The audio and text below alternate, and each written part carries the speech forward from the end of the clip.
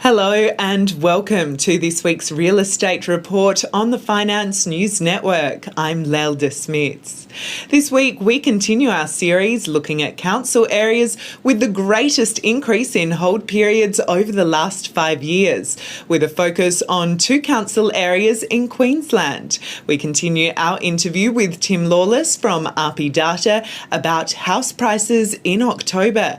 And in our tax tip, we look at prepaying expenses to help increase your deductions and reduce your tax. But first, let's catch up on the latest property news with Tracy Tandon. The latest figures from the Australian Bureau of Statistics show that housing starts plunged by 13.2% in the September quarter, the results far outpacing the 5% decline tipped by most economists.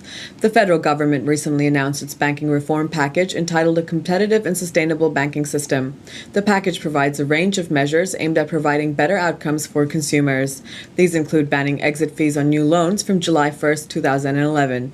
It also supports small lenders that seek to enhance the combined competitiveness of credit unions and building societies as a fifth pillar in Australia's banking system. The Housing Industry Association says that the banking package is vital for Australia's banking sector as it creates a more competitive environment. The banking reform package will also help ease the credit squeeze on builders and customers. This week we continue our series looking at council areas with the greatest increase in hold periods over the last 5 years, with a focus on 2 council areas in Queensland. A hold period represents the time between when a property is bought and sold and can be an indication of the appreciation rates and desirability of the area. First, let's look at Whitsunday, a council area located over 1,000 kilometres up the Queensland coast from Brisbane. With a population of 16,955 in the last census, the Whitsunday Council area is surrounded by the Coral Sea off Queensland's coast.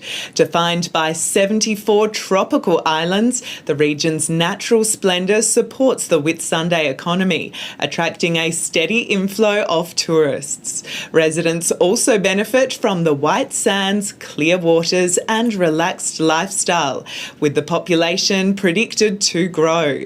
The region's agricultural industry is driven mainly by vegetables and sugar, while aquaculture and mining industries are also advancing. Major airlines fly in and out of the Whitsunday Coast Airport daily, and the area is also serviced by bus, rail ferries and even helicopter or seaplanes to ensure a view is always on hand. According to figures from RP Data, houses in Whitsunday recorded the largest increase in hold periods in Queensland for the 5 years to 2010. This year, the average hold period is currently 7.8 years, up from 5.7 years in 2005.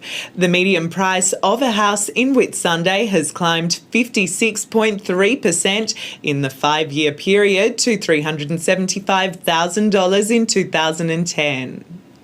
Our next council area is Sunshine Coast, located around 100 kilometres north of Brisbane.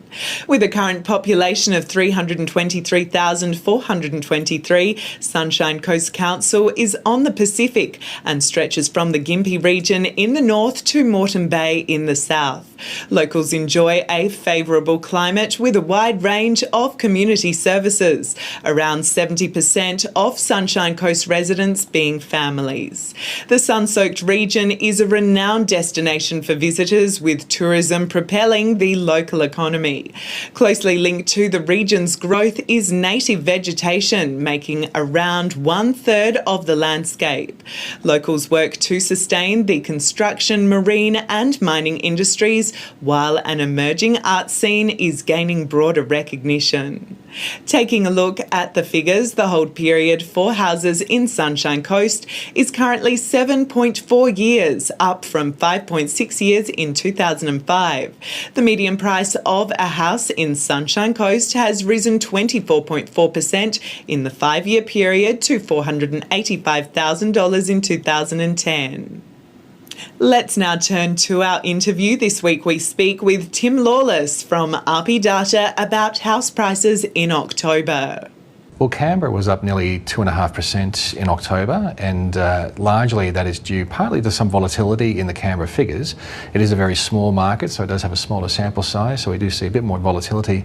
But also, Canberra does have a very tight rental market. It's a very constrained geography, so we are seeing still a lot of demand in that marketplace, as well as a very tight supply. So that's probably what's driving Canberra, as well as the fact that there was a lot of wages growth in the government sector.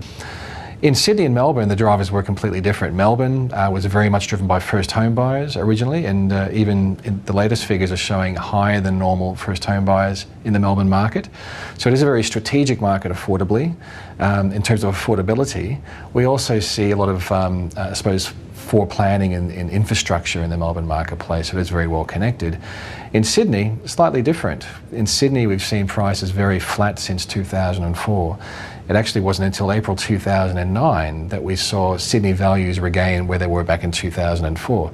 So a very flat market, and the value proposition in Sydney was part of what was driving that particular marketplace in 2009 and 2010. Well, Perth was one of the top performers in 2006. During that calendar year, property values were up by about 46%. And very soon after that, we saw values start actually slowing and then finally going into decline. And since that time, Perth has underperformed. With the resources sector now starting to heat up, we may find that Perth finally starts to recover. We haven't seen any signs of that just yet. Over the quarter, Perth values were down nearly 4%. So it is still a very weak marketplace. In Brisbane, slightly different. The southeast Queensland economy has been fairly weak, despite the fact that the resources sector is starting to ramp up again. We've seen population growth really slowing into southeast Queensland, quite a bit of supply in the marketplace. So there's a lot of listings around and not many buyers, which has placed downward pressure on prices. And now to the tax tip of the week from Depreciator, the tax depreciation schedule specialists.